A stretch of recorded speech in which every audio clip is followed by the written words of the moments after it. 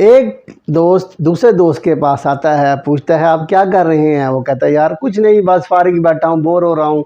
तो उसे कहता है चलो आओ फिर आज मूवी देखने चले। वो कहता है नहीं यार, मूवी का टाइम बहुत ज़्यादा है, रात देर हो जाएगी। वो कहता है चलो फिर ताश खेल लेते हैं। कहता नहीं, मेरा ताश खेलने का दिल भी नहीं कर रहा, मौसम बाहर क्लाउडी है। तो वो कहता है चलो फिर वॉक करने ही चलते हैं। आज कुछ ऐसे जुमले हम सीखेंगे जिनमें कोई राय मशवरा दी जा रही हो या तजवीज़ दी जा रही हो, ओपिनियन दी जा रही हो कि आओ किसी काम को मिलकर करें। तो आज का लेसन बाकायदा शुरू करते हैं। Welcome back to my YouTube channel. आप देख रहे हैं इंग्लिश लर्निंग क्रेज़। ऐसे सेंटेंसेस जिनमें कोई तजवीज़, कोई प्रपोज़ल, कोई मशवरा दिया जा रहा हो, किसी काम को करने का कहा जा रहा हो, वहाँ पे हम लेट का यूज़ करेंगे। किसका यूज़ करेंगे? LET, let. आइए अब देखते हैं कि जब लेट से सेंटेंस को कंस्ट्रक्ट करना है तो क्या सेटिंग होगी। सबसे पहले आपने लेट को यूज़ करना है, उसके बाद पर्सनल प्रोनाउन का ऑब्जेक्टिव केस यूज़ करना है। पर्सनल प्रोनाउन का क्या यूज़ करना है? ऑब्जेक्टिव केस, यानी मफूली हालत।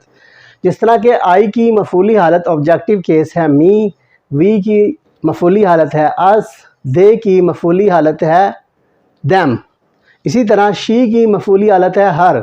आइए अब कुछ एग्जांपल्स को हम डिस्कस कर लेते हैं ताकि हमारा कॉन्सेप्ट मज़ीद क्लियर हो जाए। आओ सैर को चलें। आओ सैर को चलें। एक दोस्त दूसरे दोस्त को मशवरा देता है आओ सैर को चलें। Let us go for a walk. Let us go for a walk. Let us को हम लेट्स भी कह सकते हैं। आओ इकट्ठे मिलकर खेलें। दो लोग अलग अलग खेल रहे हैं तो वो कहते हैं चलो यार मिलकर क्यों ना खेल लिया जाए। Let us play together.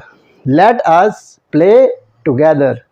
इस तरह बच्चे अमूमन रात के वक्त कहते हैं कि आओ नानी अम्मा से कहानी सुने या किसी से कहानी सुने, किसी बड़े को कहें हमें कहानी सुनाए, क्योंकि जो कहानी सुनना है it is an interesting hobby.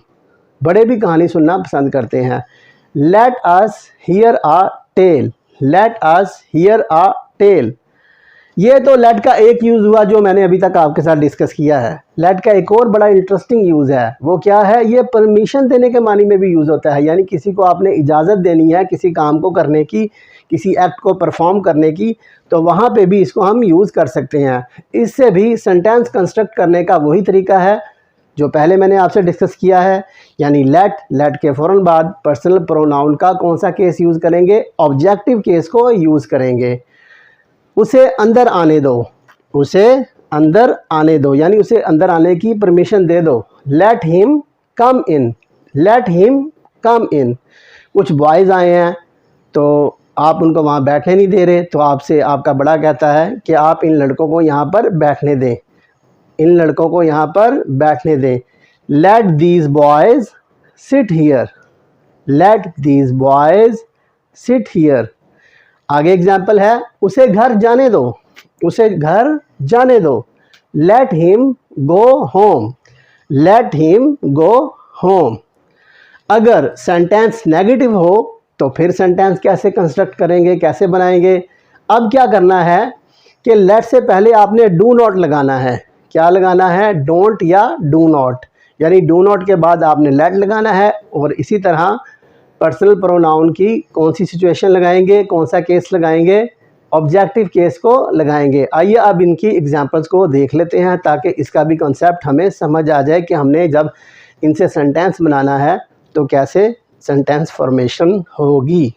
Now let us discuss examples of negative sentences. सबसे पहले नंबर पे है उसे मत जाने दो। उसे मत जाने दो।